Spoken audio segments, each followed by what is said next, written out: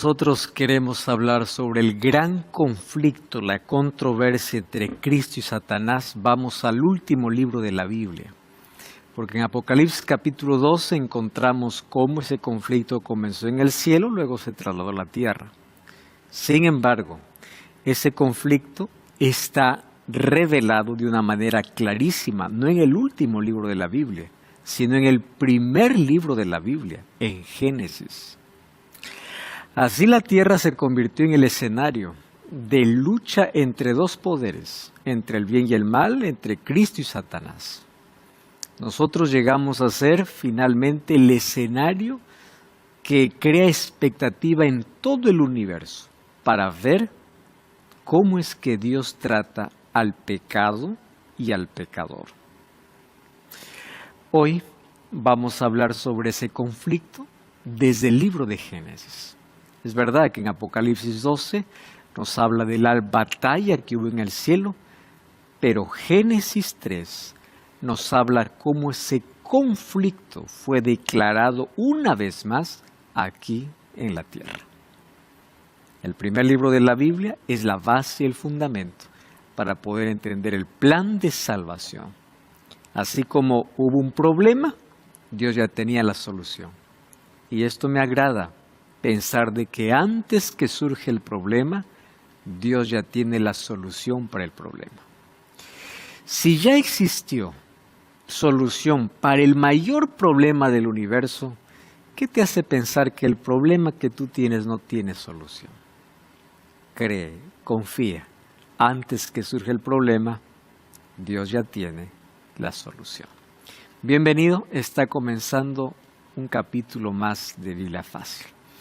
Juntos comenzamos una serie, un camino, donde paso a paso vamos comprendiendo principios y un mensaje urgente para nuestra vida basado en los 3 primeros capítulos del primer libro de la Biblia, el libro de Génesis. Hoy hablaremos el gran conflicto en el libro de Génesis. Bienvenido una vez más. Y bienvenidos a todos aquí quienes participan, dedican este tiempo para el estudio de la Biblia, representando a cada país obviamente, y estamos juntos ahora para poder abrir la Biblia y encontrar un mensaje más para nuestra vida. Vamos al tema de hoy y antes, como siempre, vamos a orar. Oramos. Gracias, Señor, por permitirnos que una vez más podamos estar con la mente dispuesta para poder entender lo que tu palabra tiene para nuestra vida. Nos sometemos para que tu Santo Espíritu pueda iluminar nuestra mente, podamos comprender principios y las cosas que quiere revelarnos a través de tu palabra. Y en base a eso podamos definir de qué lado estar en este gran conflicto. Pedimos tu dirección, que tu Santo Espíritu sea nuestro Maestro, nos lleve al conocimiento de tu verdad a través de tu palabra. En el nombre de Jesús. Amén. Avanzamos entonces en nuestro estudio de nuestra serie Génesis, el comienzo del Evangelio. Y el tema de hoy, el conflicto en Génesis. ¿Qué cosa es lo que vimos en el capítulo anterior, o en la clase anterior, o en el programa anterior? Que la muerte tiene solución. Hay un dicho popular, ¿no? Para todo hay solución menos para la muerte. No es real. La muerte ya tiene solución. Ya tiene solución. Si nuestro mayor enemigo es la muerte ya está vencida. Cristo la venció. Entonces la victoria, según Pablo, en 1 Corintios capítulo 15, dice, cuando Cristo regrese, las tumbas se abran, los muertos en Cristo resuciten, todos uniremos nuestras voces y haremos resonar ante el universo, diciendo, ¿dónde está, oh muerte, tu aguijón? Tú fuiste vencida y ahora estás a punto de ser destruida. La muerte finalmente tiene solución. Finalmente nosotros podemos mirar a la muerte de 2 maneras, como una coma o como un punto final. Mirarlo como una coma es mirarlo como una pausa. Cuando tú estás leyendo, una coma indica una pausa. Y luego continúa. La muerte aquí para el Hijo de Dios es como una coma. Yo estoy viviendo, la muerte interrumpe mi existencia, pero es una pausa. No es un punto final, porque luego Jesús viene, hay resurrección y la lectura continúa. Sin embargo, para aquel que no tiene a Cristo en la vida, la muerte puede ser un punto final. ¿Por qué razón? Porque se corta la existencia, hay muerte, luego hay una resurrección por poquísimo tiempo solo para recibir la sentencia final y acabó para siempre la existencia. La muerte no tiene la última palabra, Dios la tiene. Y aquellos que confían en Dios, pues han vencido finalmente también la muerte, por la victoria que Cristo ofrece. Me gusta mucho repetir una frase que dice así: la muerte no es una tragedia. Tragedia es morir sin Cristo. Si es que la muerte llega y nosotros estamos bien con Dios, la muerte se convierte en un descanso con esperanza. Ya hemos enterrado a tantas personas, familiares, amigos, personas muy cercanas, y cuando uno va a la tumba hay dos maneras de poder mirar la sepultura. La primera es con angustia y desesperación, sabiendo que nunca más lo podré ver, y la segunda es un poquito de tiempo. Cristo está volviendo y esa tumba se abrirá.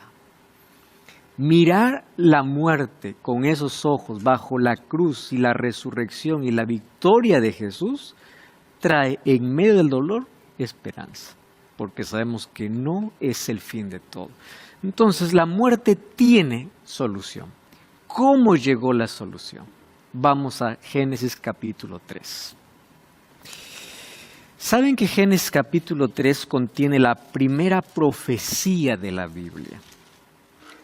La primera profecía. Al mismo tiempo, se convierte en la primera promesa de esperanza para la condición que el mundo se encontraba, o que el ser humano se encontraba.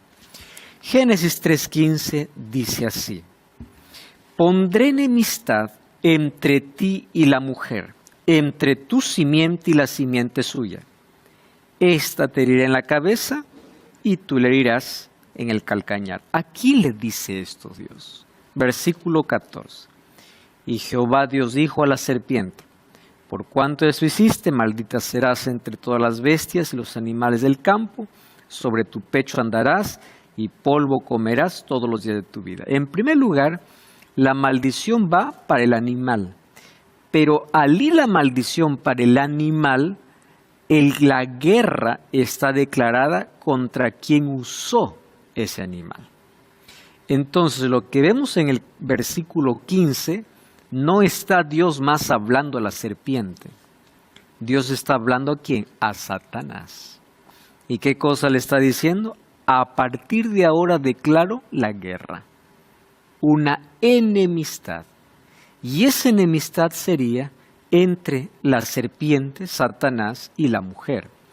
Resulta que mujer en la Biblia es el símbolo del pueblo de Dios.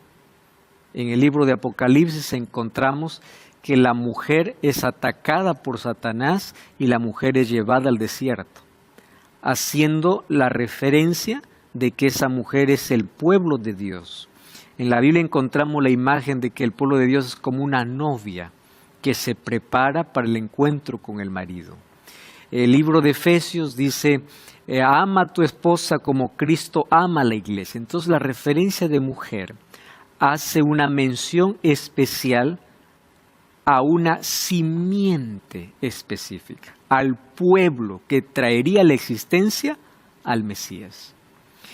Trayendo la existencia al Mesías, de esa simiente, ¿no?, vendría el Mesías que aplastaría la cabeza a la serpiente. Pero esto no sería una lucha fácil. Finalmente, Satanás también tiene poder. Pero todo lo que podrá hacer el diablo con su poder apenas será herir el calcañar. ¿Qué cosa es el calcañar? El talón. Entonces, mientras el Mesías aplasta la cabeza, la serpiente consigue morder en el calcañar. ¿Qué imagen es esta? Miremos la cruz. Cuando Jesús murió en la cruz, Satanás pensó por lo menos que había tenido una victoria. Finalmente murió. Pero su victoria no estaba nada garantizada por una razón. Si es que Jesús resucita, acabó su reino. Acabó su reino. ¿Qué cosa es lo que nos garantizó la vida eterna? No fue solo la muerte de Cristo, fue la resurrección de Cristo. Pablo luego va a decir, si Cristo nos resucitó de los muertos, en vano es nuestra fe. Nosotros creemos en el sacrificio de Jesús, donde Él se colocó en nuestro lugar, pero nuestra victoria se unió en la resurrección, porque allí Él venció a la muerte. Entró al mismo terreno de Satanás y venció la muerte. Muy bien. ¿Qué hizo Satanás para impedir la resurrección de Jesús? Mandó una legión de soldados romanos, ¿no? Para que cuiden la sepultura de alguien que había muerto. Imagínense, una legión de soldados para cuidar un muerto, para que no salga. ¿Y qué sucedió? Día domingo, muy temprano, un ángel descendió del cielo y solo con el resplandor del ángel todos los soldados cayeron como muertos, dice el Evangelio, y Jesús resucita. Con la resurrección de Jesús, el aplastón en la cabeza de la serpiente fue dada. Entonces, la serpiente es un enemigo vencido, que en breve será destruido. Entonces, el aplastón final se dará cuando ocurrirá el juicio ejecutivo y la serpiente o Satanás sea eliminado totalmente. Pero ya recibió el pisotón en la cruz y la herida en el calcañar fue también la cruz. Por eso es que la cruz no fue simplemente un acontecimiento que tiene que ver con lo que la profecía decía. Ahí estaba el conflicto decidiéndose quién vence en esa batalla. A partir de allí, cada ser humano tiene su parte solamente en elegir de qué lado luchar, de qué lado estar, nada más. Jesús dijo, quien no está conmigo, está contra mí. En este conflicto no hay término medio, o estás conmigo o estás en contra de mí. Pero quiero que sepas que en este conflicto ya hay un ganador. Y esa profecía se dio ¿dónde? En Génesis capítulo 3. Entonces hay una batalla, una lucha entre la serpiente y la mujer, solo que aquí, así como había una enemistad entre la serpiente y la mujer, aquí de manera literal y figurada, Dios está hablando, también la batalla vendría entre tu simiente y la simiente suya. Entonces, significa que a partir de ese momento, en la tierra habrían dos simientes. La simiente del cual vendría Jesús y la simiente que intentaría destruir la venida de Jesús. Estoy hablando de su primera venida. Esto lo vamos a ver aquí. Luego dice que Dios lo sacó del huerto del Edén para que labrase la tierra que fue tomada. Ya no más estaba en el huerto porque no podía más comer el árbol de la vida. Eso mantendría con vida eterna. Así que para poder salvar al ser humano, Él necesitaba experimentar la muerte, que es la consecuencia del pecado. No tendría más acceso al árbol de la vida. Finalmente, cuando Jesús viene, Él va a recuperar todo lo que el pecado nos quitó. Y en el cielo vamos a ver nuevamente el árbol de la vida. Sin embargo, aquí acontece el primer exilio. ¿Qué es el primer exilio? Sales de tu hogar, fuera. Y a partir de ahí vamos a ver que el pueblo de Dios tuvo muchísimos exilios, ¿verdad? En su vida. Pero vamos al punto del gran conflicto. Yo ya les mencioné en el programa anterior de que la salvación tiene una relación con juicio. ¿Por qué razón? Sin juicio no hay salvación. Eso ocurre también hoy. Hoy se está desarrollando un juicio para toda la humanidad. Apocalipsis capítulo 14 dice así: temed a Dios y dadle gloria, porque la hora de su juicio comenzó, llegó, ha llegado. Antes que Jesús venga a rescatar a su pueblo, hay un juicio. Y ese juicio lo encontramos desde el Edén. ¿Cómo comienza ese juicio? Primero con la iniciativa divina. Dios es el que busca al ser humano, no es el ser humano que busca a Dios. Génesis 3:9. Jehová Dios llamó al hombre y le dijo: ¿dónde estás tú? ¿Qué cosa estaba haciendo el hombre? Escondiéndose. Salmo 139 dice: ¿a dónde huiré de tu presencia? El ser humano siempre intenta esconderse. Mas Dios los estaba llamando a un juicio. Pero el juicio va a depender, fíjense aquí, en el juicio va a depender quién es tu abogado. Si es que ahora yo me aproximo al santuario celestial, como dice Hebreos 4:15, y pido perdón, el mismo que será el juez hoy es mi abogado. Él me perdona, Él me defiende. Entonces, el juicio para los hijos de Dios o para aquellos que aceptan a Cristo es buena noticia. ¿Por qué es buena noticia? Porque hay alguien que los defienda. Y eso lo vamos a ver aquí en Génesis capítulo 3. Cuando Dios llama al hombre y a la mujer, lo llama para un juicio. Y ahí también a través de la serpiente Dios llama ¿a quién? A Satanás. Pero en este juicio, solo dos reciben misericordia, menos la serpiente. Para dos todavía hay oportunidad, para la serpiente ya no. ¿Por qué razón? Porque ya tuvo el tiempo suficiente para que este rebelde se hubiese arrepentido. Entonces, quiere decir que el juicio me enseña que la gracia de Dios no es para siempre. Hay gente que dice, todavía hay tiempo. Uno no sabe cuándo termina la gracia. Y la gracia puede terminar el momento que morimos. Uno muere, acabó la gracia. No hay más oportunidad. La gracia puede terminar cuando Cristo sale del lugar santísimo, donde ahora es nuestro abogado. ¿Cuándo va a suceder eso? No lo sabemos. O la gracia termina cuando pecamos contra el Espíritu Santo. Nuestro corazón se endurece y ya no quiere saber nada de Dios. Y se acostumbra y se acomoda al pecado. ¿Cuándo sucede eso? Es un misterio. Entonces, el juicio me enseña que aunque Dios busca para salvar, su gracia no estará disponible para siempre. Llegará un momento en que esa gracia termina para finalmente ejecutar la sentencia. Y eso lo vamos a ver aquí en Génesis capítulo 3. Entonces, el juicio a Adán y Eva servía para los otros seres celestiales. Vean y escuchen la respuesta humana y la solución divina. En el Edén, o después del pecado, hubo una etapa de investigación y una etapa de ejecución. Y también allí hubo un sacrificio de salvación. Miren, vamos a ver aquí estos tres elementos: investigación, ejecución y sacrificio de salvación.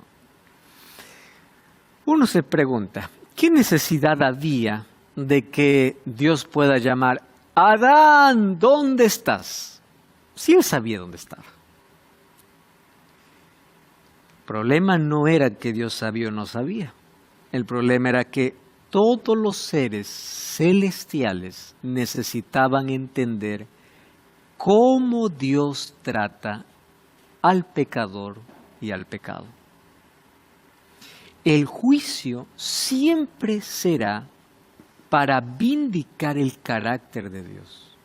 Cuando vemos en el Nuevo Testamento que hoy estamos en un juicio, hay un acusador que es el diablo, hay ángeles que son testigos, que están anotando todo, hay una ley que es la ley de Dios, hay un abogado que es Jesucristo. Uno se pregunta, ¿por qué necesitamos un juicio? ¿Por qué? ¿Acaso Dios no conoce todo? Él no necesita registrar nada, Él no necesita registrar. Pero los ángeles necesitan ver.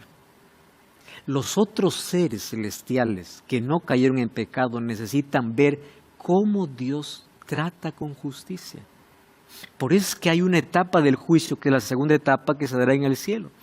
Y la segunda etapa en el cielo es el juicio comprobatorio. ¿Qué significa el juicio comprobatorio? Todos los redimidos tendrán acceso a los registros de las personas que se perdieron. porque en el cielo habrá sorpresas. La sorpresa es, ¿por qué fulano no está si debería estar? ¿Por qué? ¿Será que Dios es injusto? ¿Será que Él debió estar aquí y no está? ¿Por qué razón? Entonces, al tener acceso a los registros, ¿qué cosa se vindica? El carácter de Dios. Y uno al final dice, claro, Él no está aquí por las oportunidades que Dios les dio y nunca se arrepintió. Entonces Dios queda como justo ante el universo. El juicio es para vindicar el carácter de Dios. Satanás lo acusa de injusto. Muy bien, en el juicio se muestra quién es realmente injusto. ¿Quién? Bueno, entonces en esta etapa de juicio encontramos investigación, ejecución, porque va a haber una sentencia para la serpiente, pero un sacrificio de salvación. ¿Recuerdan Génesis 3:21, que ya leímos? Bueno, vamos a leer de nuevo. Dentro de ese juicio hay esperanza. 3:21, y Jehová Dios hizo al hombre y a su mujer túnica de pieles y los vistió. ¿Cuál esperanza? Muy bien, Adán y Eva. Ustedes merecen hoy la ejecución. ¿Cuál es la ejecución? Morir, desaparecer. Pero ¿dónde está la salvación? Alguien tomará su lugar. Y en lugar de que ustedes mueran eternamente, alguien ya será su sustituto. Se colocará en el lugar que ustedes deberían estar para ofrecerles salvación. Muy bien. El juicio investigador solo benefició a Adán y a Eva. No benefició a la serpiente. Porque aquí en este juicio de Génesis 3, la serpiente solamente recibe una sentencia. ¿Cuál es la sentencia? Tú serás aplastada en la cabeza. Para la serpiente no hay alternativa, o sea, para Satanás no hay misericordia, ya está definido. En cambio, para Adán y Eva sí, el sacrificio del cordero representaba un plan de salvación para poder rescatar. La sentencia fue para los tres. La primera en recibirla fue la serpiente. Bueno, ¿la sentencia en qué sentido? Las consecuencias. A la mujer, por cuanto tú obedeciste a lo de la serpiente, darás con dolor a tus hijos. Adán, antes el trabajo era extraordinario, sin fatiga. A partir de ahora, con el sudor de tu frente, comerás el pan del día. Espinos y cardos producirán. El trabajo será fatigoso. ¿Por qué? Por consecuencia del pecado. Ahí viene la sentencia. ¿Correcto? Sin embargo, hay esperanza, tanto para Adán y para Eva. Mientras que la sentencia contra la serpiente es la derrota y la muerte eterna, la sentencia contra el hombre y la mujer son sentencias de misericordia. ¿Por qué Dios tuvo que dar sentencias en ese día? Ustedes saben que Satanás había colocado una emboscada realmente certera, planificada, como para hacerle quedar a Dios mal ante el universo. Les voy a mostrar aquí. Miren cómo es el diablo. El diablo dijo, yo los hago caer y yo voy a probar mi hipótesis. ¿Cuál es mi hipótesis? Voy a mostrar al universo que Dios es injusto. Porque recuerden que la batalla siempre fue primero entre dos poderes. Satanás contra Dios. Entonces, lo que quiso Satanás en el Edén no solamente era arruinar la perfección y hacer caer a Adán y Eva. Quería en el Edén mostrar ante el universo que él tenía la razón. ¿Cómo? Muy bien. Dios les había dicho, elijan ustedes amarme y ser leales, y para ello, por favor, no coman del fruto de este árbol, porque el día que coman, entonces ustedes van a morir. Satanás dijo, ya está, ahora yo voy a mostrar ante el universo que Dios es injusto. A ver, vamos a ver qué hace. Vamos a ver qué hace. Si es que no lo mata, Adán y Eva, es mentiroso. No cumple lo que dice. Entonces ante el universo va a decir, ya ven, ese es el Dios que tienen. Promete y no cumple. Dijo que iba a morir. A ver, pues mátalos, mátalos. Esa es la primera emboscada. ¿cuál sería la siguiente o la segunda? Si en caso Dios no, o si en caso Dios elimina en ese momento a Adán y Eva, en ese momento lo elimina, diría, ¿ven ese Dios de malo? ¿Lo ven cómo es? Ejecuta inmediatamente. Alguien los obedece y ya murió. ¿Dónde está ese Dios de amor? ¿Ustedes entienden en qué problema había realmente cuando el pecado entró? No era algo simple. Entonces, si es que Dios no daba ninguna sentencia contra Adán y Eva, hubiese quedado ante el universo como que, como un Dios mentiroso. Dijo que iba a morir, no los mata. ¿Entienden seres creados? ¿Entienden ángeles? ¿Ve? Ese es el Dios que tienen. Yo tengo la razón. Pero si es que Dios los ejecutaba en ese momento, Adán y Eva, miren ese Dios tirano, ese Dios vengativo, ese Dios injusto, miren lo que hace. O sea, para Satanás estaba clarísimo que allí en el Edén ya tendría la victoria. Pero Dios tenía un plan. Ustedes saben que Dios tenía 3 posibilidades en el Edén. Por lo menos 3, ¿no? Humanamente pensando. ¿Cuál sería la primera? Pecaste, moriste. Punto final. Ya está, voy a cumplir mi palabra. Listo, pecaste, moriste. Segunda opción, ¿cuál era la segunda opción? Voy a anular mi ley. Yo les dije que el día que coman van a morir, pero y olviden que yo dije eso. Sin ley no hay culpa. ¿Están de acuerdo conmigo? No hay culpa. Entonces, quitando su ley, ya no hay pecado, pues. Porque pecado, ¿qué cosa es? Transgresión de la ley. Dios pudo haber quitado su ley, pero su ley es eterna. Su ley no se rompe. ¿Cuál es la tercera opción? Se cumple la sentencia.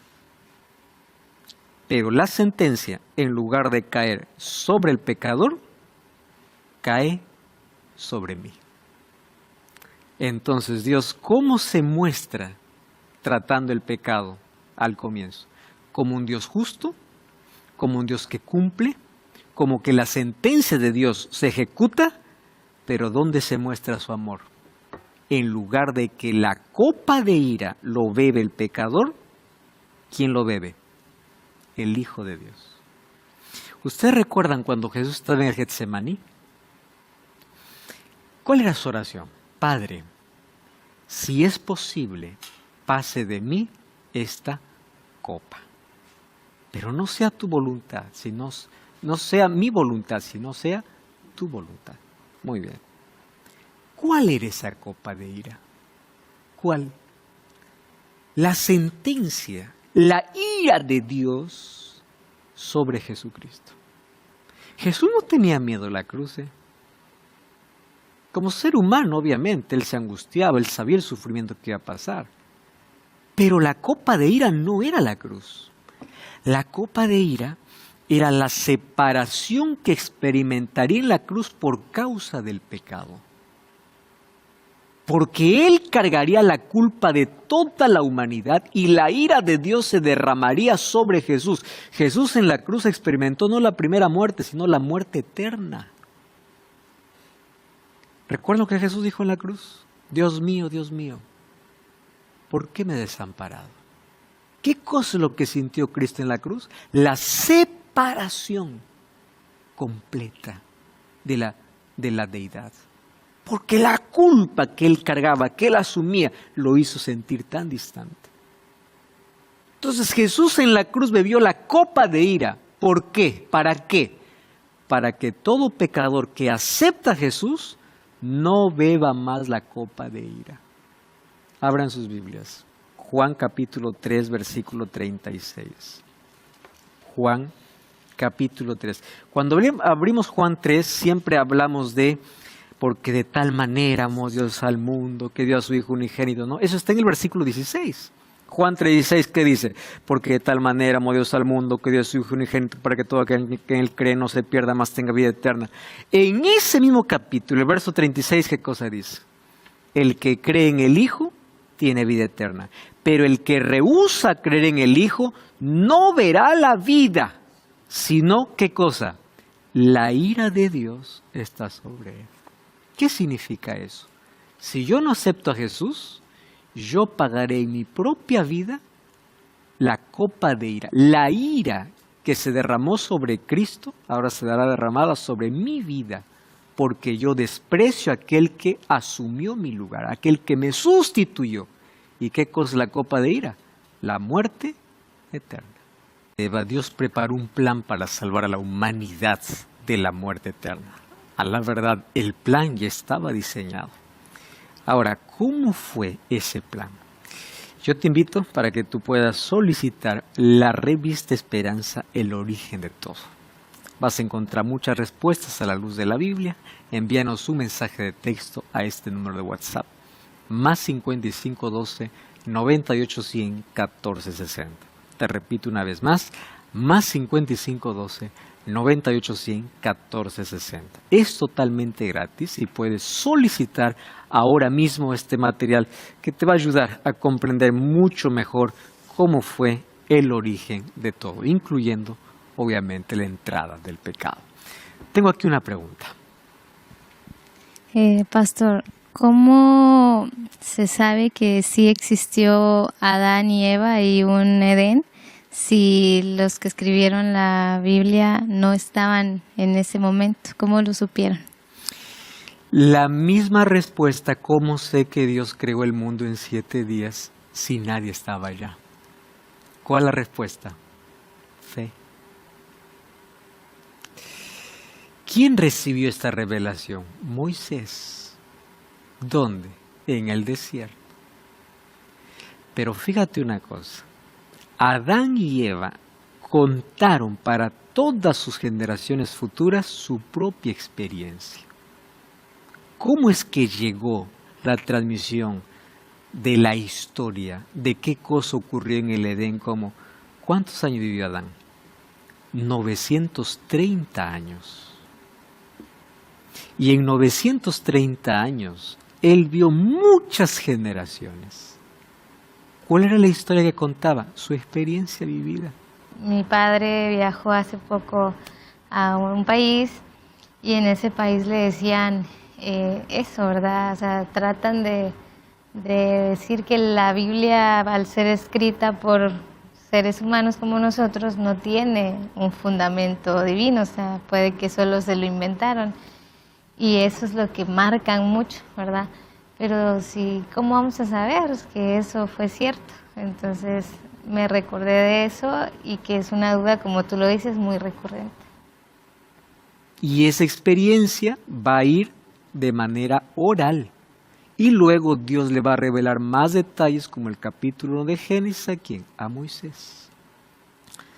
Entonces lo aceptamos por la transmisión oral que Adán y Eva mismo contaron para sus hijos, y otro porque Dios reveló a Moisés, porque creo que la Biblia es inspirada por Dios, y de esa manera viene para mí esa revelación. Entonces yo no estuve en el Edén para comprobar, como yo no estuve en la semana de la creación para decir que realmente fue así. Como ya vimos, son experiencias de fe, pero en el caso de Adán, la evidencia mayor es que ellos vivieron mucho tiempo como para poder compartir su historia de qué cosa es lo que ellos vivieron. ¿Correcto? Muy bien. ¿Cuál era el plan de salvación? Sustitución. En lugar de que Adán y Eva muriesen en el Edén, un segundo Adán sin pecado cargaría con la culpa de Adán y pagaría la consecuencia del pecado. Esta figura de segundo Adán lo va a desarrollar mucho el apóstol Pablo. Jesús, al tomar la forma humana, va a venir con una desventaja. ¿Cuál fue la desventaja? Adán cayó en el jardín del Edén.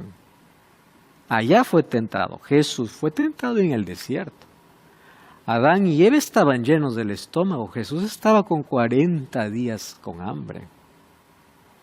Adán tenía la naturaleza perfecta, completa. En el caso de Jesús, Jesús ya tenía el cuerpo de 4000 años de pecados, aun cuando, aquí viene el asunto, Él vino afectado por el pecado, pero no infectado por el pecado. Porque recuerden que el nacimiento de Jesús no vino como resultado de una relación sexual. El nacimiento de Jesús vino como resultado de la acción del Espíritu Santo en el vientre de una mujer. ¿Correcto? Entonces, Él vino afectado, pero no infectado. En ese asunto, pues, Él tenía esa naturaleza perfecta, ¿no? Pero, al estar en la condición de Adán, aún Jesús estaba con cierta desventaja, porque ya habían pasado 4000 años. Sí, José. Una duda, pastor. ¿Por qué Dios no tomó autoridad, digamos, cuando Lucifer estaba en la tierra? Es decir, dejar que él siga haciendo lo que está haciendo hoy en día. ¿Por qué no puso un fin en a Lucifer? Muy bien, muy buena pregunta, José. Cuando yo también he pensado muchas veces eso. Dios es todopoderoso. Para Él era muy simple decir, muy bien, te rebelaste y moriste. Pero hay un problema. ¿Cuál es el problema? En la eternidad hubiese quedado para siempre una duda. ¿Cuál es la duda? ¿Por qué Dios lo silenció? ¿Tenía razón? Y hay una sola manera de poder quebrar toda la duda: que el tiempo revele la bondad y la maldad. El tiempo. Dios pudo haber ejecutado desde el cielo, lo pudo haber eliminado, pero entonces en la mente de los ángeles y otros seres hubiese quedado así. ¿Por qué lo cayó? Quizá Él tenía razón y a partir de ahora lo vamos a servir, pero por miedo, porque si alguien dice algo en contra, lo mata. ¿Por qué?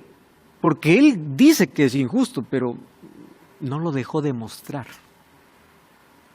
Entonces Dios en su soberanía dejó que el tiempo revele quién es injusto y quién es justo. Porque el ataque de Lucifer siempre fue contra el carácter de Dios.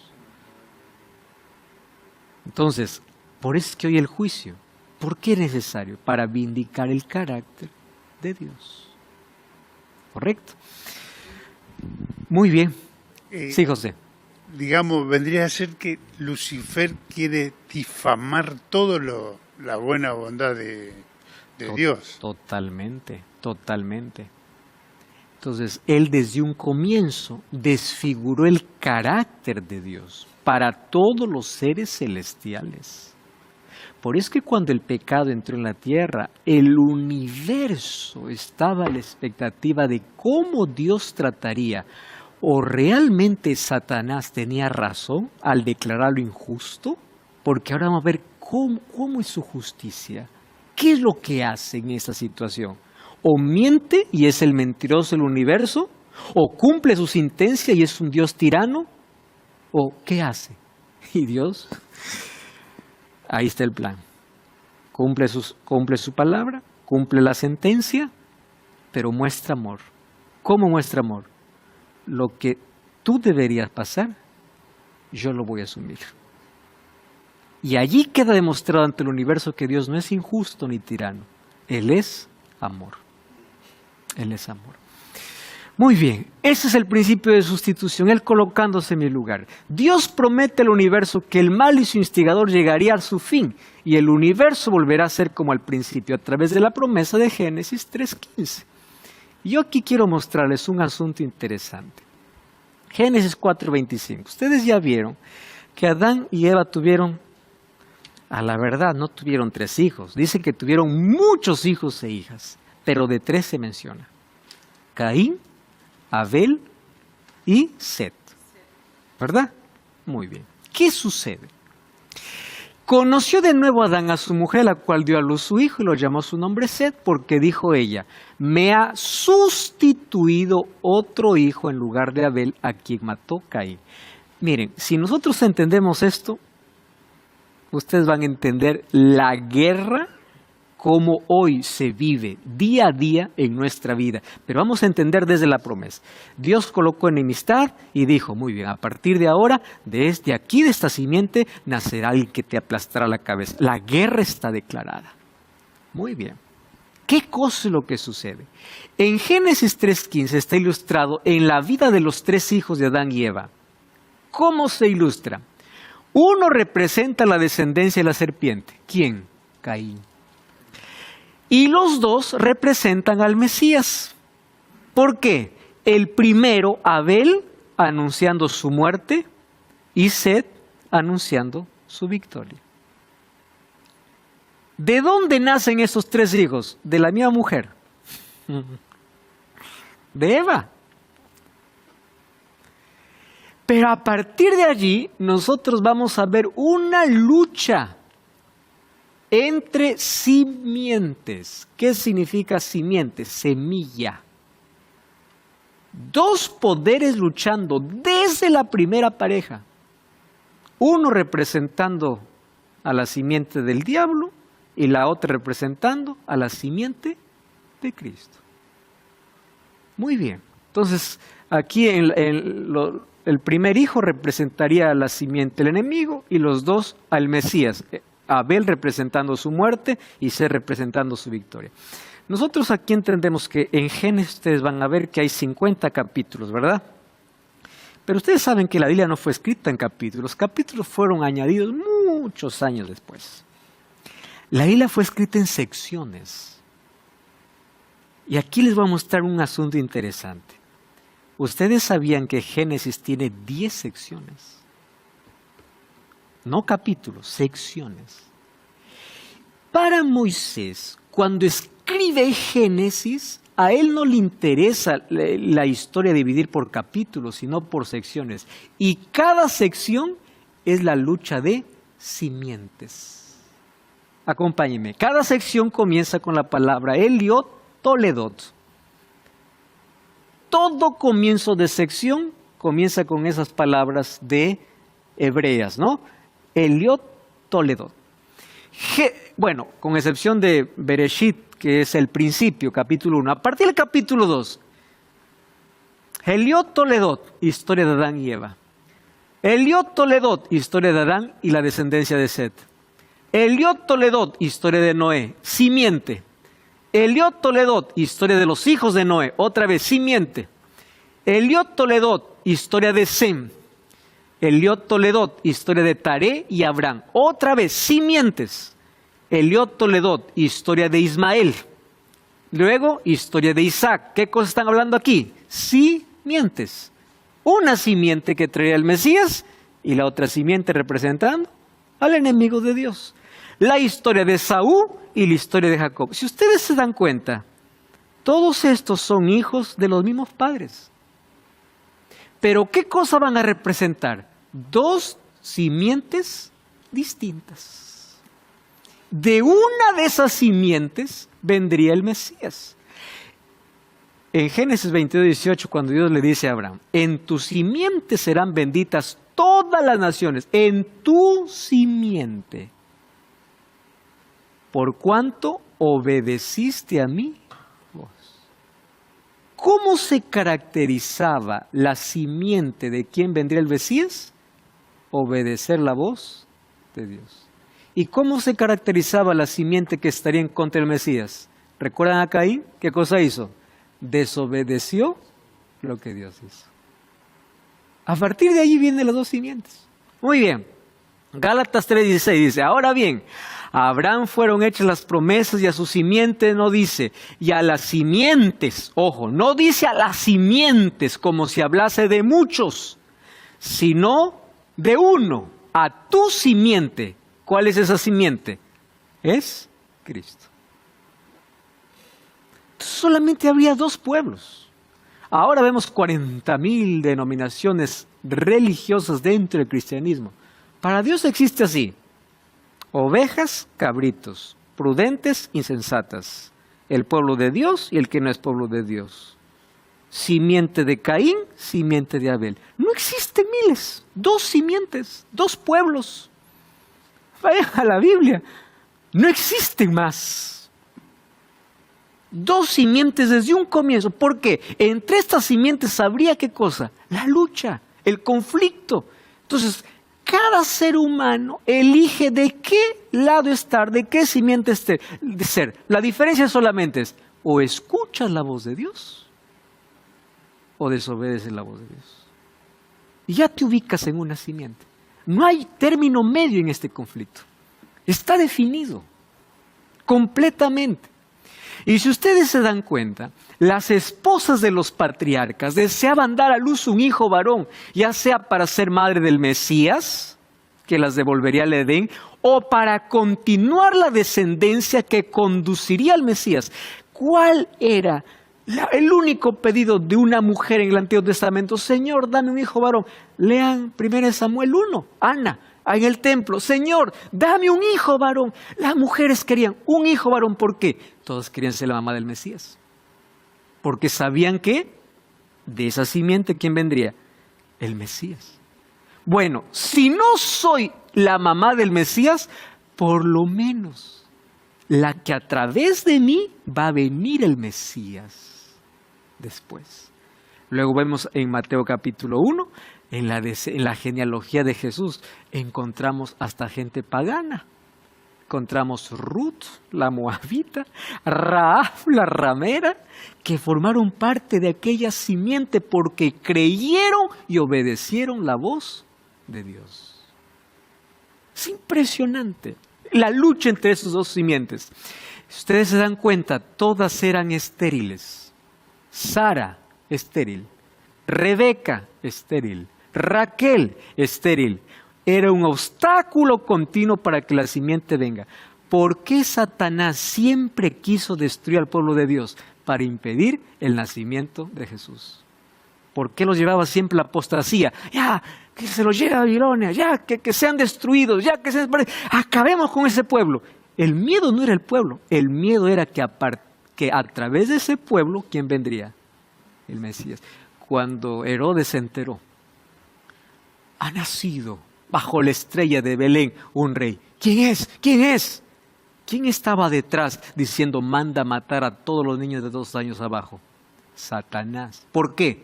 El miedo era, de la simiente nacerá quien te aplastará. Impedir el nacimiento de Jesús. Por eso es que eran estériles todas esas mujeres. Y estas mujeres dieron a luz por milagro.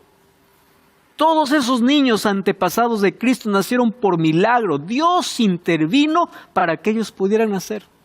Porque Satanás siempre, a partir de allí, ¿qué cosa impedía? Que viniese el Mesías. Incluso el sacrificio de Isaac ilustra y anuncia el sacrificio del Hijo único de Dios. Y es el mismo monte donde milenios después Cristo fue crucificado. Muy bien, a través de Abraham viene Isaac. Y cuando ya tiene 20 años, Dios le dice, ofréceme el sacrificio. Imagínense, ellos están cuidando la simiente. Viene Dios, no, ofrécemela a mí.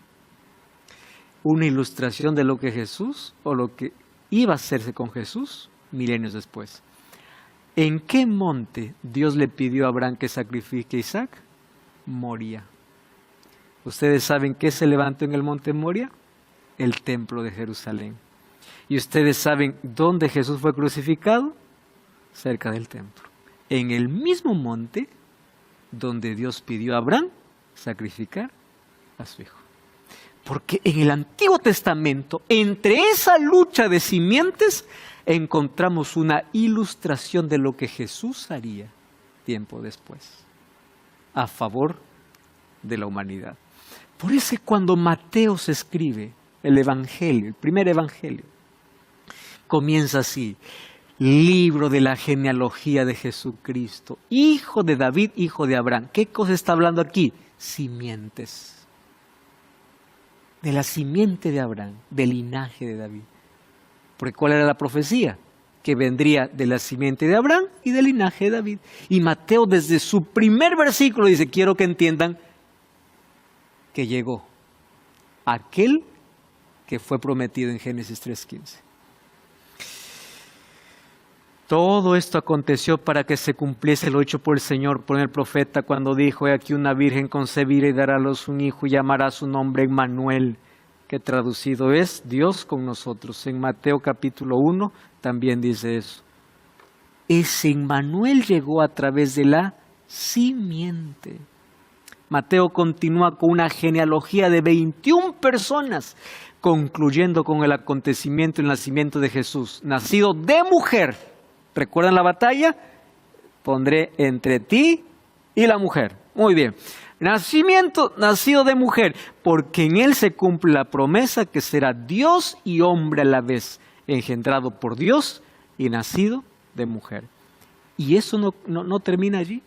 Cuando vamos a Apocalipsis capítulo 2, el versículo 17, encontramos otra vez la serpiente, el niño y la mujer. El dragón se llenó de ira contra la mujer. ¿Ese dragón cuál es? La serpiente. ¿Se llenó de ira contra quién? Mujer. ¿Qué es mujer? El pueblo de Dios. Se fue a hacer guerra contra el resto de la descendencia de ella. ¿Quiénes son la simiente en el tiempo del fin? Los que guardan los mandamientos de Dios y tienen el testimonio de Jesús. El diablo no está enfurecido con todo el mundo. Alguno lo tiene de aliados. El diablo está enfurecido con aquellos que continúan siendo de aquella simiente. Bueno, a través de la simiente vino Jesucristo, pero después Dios levantaría ¿qué cosa? Un pueblo, y a través de ese pueblo ¿qué cosa vendría? Un remanente. Entonces, en el tiempo del fin, así como en el Antiguo Testamento hubo una simiente, que es la simiente de Cristo, en el tiempo del fin ¿qué cosa hay? Un remanente. ¿Cuál es la característica de ese remanente? Guardan los mandamientos de Dios y tienen el testimonio de Jesús. Igual, serpiente, mujer. Conflicto, continúa. ¿Dónde comenzó? Allá en el Edén. Todo este lenguaje evoca Génesis 3:15, donde también había una mujer, una serpiente y un niño varón. Finalmente se anuncia la batalla final de este gran conflicto entre el bien y el mal. Porque la enemistad solo terminará cuando el Hijo del Hombre, cuando Jesucristo, aplaste totalmente la cabeza de la serpiente. Y a eso nosotros estamos llegando. Aquel conflicto que comenzó en el cielo, se trasladó a la tierra y se declaró otra vez después de la entrada del pecado. Una lucha de dos simientes, del cual vendría aquel que aplastaría a la serpiente. Satanás hizo todo lo posible para impedir el nacimiento de Jesús. No consiguió. Ahora, como no puede luchar contra Jesús, va contra su pueblo. Ese es el cobarde Satanás. Sabe que Cristo lo venció siempre, no puede más pelear contra él.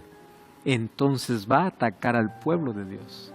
Porque así como hubo una simiente en el Antiguo Testamento que obedecía la voz de Dios, hay un remanente en el Nuevo Testamento que guarda sus mandamientos y tiene el testimonio de Jesús.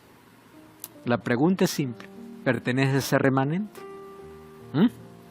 La iglesia donde tú estás, donde tú adoras a Dios, ¿obedece los mandamientos de Dios?